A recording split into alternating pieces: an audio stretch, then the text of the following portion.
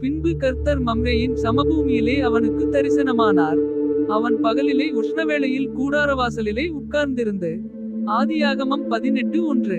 தன் கண்களை ஏறெடுத்து பார்க்கும்போது இதோ 3 புருஷர் அவனுக்கு எதிரே நின்றார்கள். அவர்களை கண்டவுடனே அவன் கூடாரவாசலிலிருந்து அவர்களுக்கு எதிர்கொண்டு ஓடித் தரை மட்டும் குனிந்து. ஆதியாகமம் 18:2. ஆண்டவரே, உம்முடைய கண்களில் எனக்கு கிருபை கிடைத்ததானால் நீர் உமது அடியேனை விட்டு கடந்து போக வேண்டாம். ஆதியாகமம் 18:3. கொஞ்சம் தண்ணீர் கொண்டு வரட்டும், உங்கள் கால்களை கழுவி மரத்தடியில் சாய்ந்து கொண்டிருங்கள். ஆதியாகமம் 18:4. நீங்கள் உங்கள் இருதயங்களை திடப்படுத்த கொஞ்சம் அப்பம் கொண்டு வருகிறேன். அப்புறம் நீங்கள் உங்கள் வழியே போகலாம். இதற்காகவே அடியேன் இடம் வரைக்கும் வந்தீர்கள் என்றான். அதற்கு அவர்கள், நீ சொன்னபடி செய் என்றார். ஆதியாகமம் 18:5.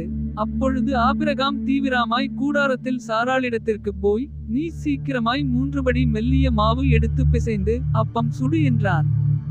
ஆதியாகமம் 18:6. ஆபிரகாம் மாட்டுமந்தைக்கு ஓடி ஒரு நல்ல இளங்கன்றை பிடித்து வேலைக்காரன் கையிலே கொடுத்தான். அவன் அதை சீக்கிரத்தில் சமைத்தான். ஆதியாகமம் 18:7. ஆபிரகாம் வெண்ணெயையும் பாலையும் சமைப்பித்த கன்றையும் எடுத்து வந்து அவர்கள் முன்பாக வைத்து அவர்கள் அருகே மரத்தடியில் நின்று கொண்டிருந்தான். அவர்கள் புசித்தார்கள். ஆதியாகமம் 18:8. அவர்கள் அவனை நோக்கி, உன் மனைவி சாராள் எங்கே என்றார்கள். அதோ கூடாரத்தில் இருக்கிறாள் என்றான். ஆதியாகமம் 18:9. அப்பொழுது அவர், ஒரு உற்பவகால திட்டத்தில் நிச்சயமாய் உன்னிடத்திற்கு திரும்ப வருவேன். அப்பொழுது உன் மனைவியாகிய சாராளுக்கு ஒரு குமாரன் இருப்பான் என்றார். சாராள் அவருக்கு பின்புறமாய் கூடாரவாசலில் இதை கேட்டுக்கொண்டிருந்தாள். ஆதியாகமம் 18:10. ஆபிரகாமும் சாராளும் வயது சென்று முதிர்ந்தவர்களாயிருந்தார்கள். ஸ்திரீகளுக்குள்ள வழிபாடு சாராளுக்கு நின்று போயிற்று. ஆதியாகமம் 18:11. ஆகையால் சாராள் தன் உள்ளத்திலே நகைத்து, நான் கிழவியும் என் ஆண்டவன் முதிர்ந்த வயதுள்ளவருமான பின்பு எனக்கு இன்பம் உண்டாயிருக்குமோ என்றாள். ஆதியாகமம் 18:12. அப்பொழுது கர்த்தர் ஆபிரகாமை நோக்கி, சாராள் நகைத்து, நான் கிழவியாயிருக்க பிள்ளை பெறுவது மெய்யோ என்று சொல்வானேன். ஆதியாகமம் 18:13. கர்த்தரால் ஆகாத காரியம் உண்டோ. உற்பவகால திட்டத்தில் உன்னிடத்திற்கு திரும்ப வருவேன். அப்பொழுது சாராளுக்கு ஒரு குமாரன் இருப்பான் என்றார். ஆதியாகமம் 18:14. சாராள் பயந்து, நான் நகைக்கவில்லை என்று மறுத்தாள். அதற்கு அவர், இல்லை, நீ நகைத்தாய் என்றார்.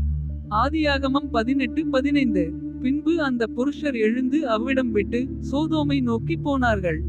ஆபிரகாமும் அவர்களோடே கூட போய் வழிவிட்டனுப்பினான். ஆதியாகமம் 18:16. அப்பொழுது கர்த்தர், ஆபிரகாம் பெரிய பலத்த ஜாதியாவதினாலும் அவனுக்குள் பூமியில் உள்ள சகல ஜாதிகளும் ஆசீர்வதிக்கப்படுவதினாலும். ஆதியாகமம் 18:17. நான் செய்யப்போகிறதை ஆபிரகாமுக்கு மறைப்பேனோ. ஆதியாகமம் 18:18. கர்த்தர் ஆபிரகாமுக்கு சொன்னதை நிறைவேற்றும்படியாய் அவன் தன் பிள்ளைகளுக்கும் தனக்கு பின்வரும் தன் வீட்டாருக்கும், நீங்கள் நீதியையும் நியாயத்தையும் செய்து கர்த்தருடைய வழியை காத்து நடவுங்கள் என்று கட்டளையிடுவான் என்பதை அறிந்திருக்கிறேன் என்றான். ஆதியாகமம் 18:19. பின்பு கர்த்தர் சோதோம் கொமோராவின் கூக்குரல் பெரிதாயிருப்பதினாலும் அவைகளின் பாவம் மிகவும் கொடிதாயிருப்பதினாலும். ஆதியாகமம் 18:20. நான் இறங்கிப்போய் என்னிடத்தில் வந்து எட்டின அதின் கூக்குரலின்படியே அவர்கள் செய்திருக்கிறார்களோ இல்லையோ என்று பார்த்து அறிவேன் என்றார். ஆதியாகமம் 18:21. அப்பொழுது அந்த புருஷர் அவ்விடம் விட்டு சோதோமை நோக்கி போனார்கள். ஆபிரகாமோ பின்னும் கர்த்தருக்கு முன்பாக நின்று கொண்டிருந்தான். ஆதியாகமம் 18:22. அப்பொழுது ஆபிரகாம் சமீபமாய் சேர்ந்து, துன்மார்க்கனோடே நீதிமானையும் அழிப்பிரோ. ஆதியாகமம் 18:23. பட்டணத்துக்குள்ளே ஒருவேளை 50 நீதிமான்கள் இருப்பார்கள். அதற்குள் இருக்கும் அந்த 50 நீதிமான்கள் நிமித்தம் இரட்சியாமல் அந்த ஸ்தலத்தை அழிப்பிரோ. ஆதியாகமம் 18:24.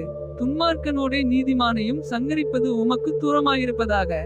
நீதிமானையும் துன்மார்க்கனையும் சமமாய் நடப்பிப்பது உமக்கு தூரமாயிருப்பதாக. சர்வலோக நியாயாதிபதி நீதி செய்யாதிருப்பாரோ என்றான். ஆதியாகமம் 18:25. அதற்கு கர்த்தர், நான் சோதோமில் 50 நீதிமான்களை கண்டால் அவர்கள் நிமித்தம் அந்த ஸ்தலம் முழுவதையும் இரட்சிப்பேன் என்றார். ஆதியாகமம் 18:26. அப்பொழுது ஆபிரகாம் பிரதியத்தரமாக, இதோ தூளும் சாம்பலுமாயிருக்கிற அடியேன் ஆண்டவரோடே பேசத் துணிந்தேன். ஆதியாகமம் 18:27. ஒருவேளை 50 நீதிமான்களுக்கு 5 பேர் குறைந்திருப்பார்கள்.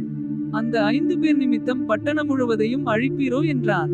அதற்கு அவர், நான் 45 நீதிமான்களை அங்கே கண்டால் அதை அழிப்பதில்லை என்றார். ஆதியாகமம் 18:28. அவன் பின்னும் அவரோடே பேசி, 40 நீதிமான்கள் அங்கே காணப்பட்டாலோ என்றான். அதற்கு அவர், 40 நீதிமான்கள் நிமித்தம் அதை அழிப்பதில்லை என்றார். ஆதியாகமம் 18:29.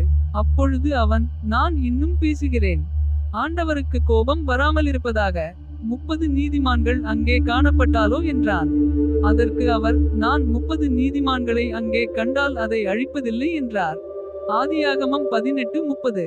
அப்பொழுது அவன், இதோ ஆண்டவரோடே பேசத் துணிந்தேன். 20 நீதிமான்கள் அங்கே காணப்பட்டாலோ என்றான். அதற்கு அவர், 20 நீதிமான்கள் நிமித்தம் அதை அழிப்பதில்லை என்றார். ஆதியாகமம் 18:31. அப்பொழுது அவன், ஆண்டவருக்கு கோபம் வராதிருப்பதாக. நான் இன்னும் இந்த ஒரு விசை மாத்திரம் பேசுகிறேன். 10 நீதிமான்கள் அங்கே காணப்பட்டாலோ என்றான். அதற்கு அவர், 10 நீதிமான்கள் நிமித்தம் அதை அழிப்பதில்லை என்றார். ஆதியாகமம் 18:32. கர்த்தர் ஆபிரகாமோடே பேசி முடிந்த பின்பு போய்விட்டார். ஆபிரகாமும் தன்னுடைய இடத்துக்கு திரும்பினான். ஆதியாகமம் 18:33.